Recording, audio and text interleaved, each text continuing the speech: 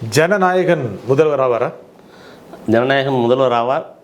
இது அதர்வைஸ் வேலை செய்யணும். நீங்கள் கட்சி ஆரம்பிச்சதுலேருந்து களத்தில் நேரம் பல போராட்டங்கள், மக்கள் பிரச்சனைகளுக்கான ஆர்ப்பாட்டங்கள், அவங்களுக்கான வேலை செய்கிறது இறங்கி வேலை செஞ்சாங்க. கண்டிப்பாக இப்போ எப்படி பரந்தூர் விமான நிலையத்திற்கு களத்தில் இறங்கினார், அந்த மாதிரி மக்கள் பிரச்சனை ஒவ்வொரு பிரச்சனைக்காகவும் களத்தில் இறங்கி இன்னும் வேகமாக போராட்டத்தில் இறங்கணும். இப்போ போராட்டம் நடத்தணுங்கிறீங்களா, நடத்தலைன்னு சொல்கிறீங்களா? நடத்தணும். நீங்கள் ஜனநாயகம் சிஎம் ஆகணும் அப்படின்னாக்கா இந்த வேலைகள் நம்ம அது ஒரு பிஸ்னஸாக இருக்கட்டும், ஒரு இயக்கமாக இருக்கட்டும், கட்சியாக இருக்கட்டும், எதுவாக இருந்தாலும் சரி நேரம் கொடுக்கணும். நீங்கள் நேரம் போட்டு நீங்கள் இன்றைக்கி என்ன மக்கள் பிரச்சனை என்ன இருக்குது, அதுக்காக தாவேக்கா என்ன போராட்டம் நடத்தணும், என்ன பிரச்சனைகள் இருக்குது, களத்தில் என்ன பிரச்சனை இருக்குதுன்னு மாவட்ட செயலாளர்கள் கூட சந்திப்பு நடத்தணும்.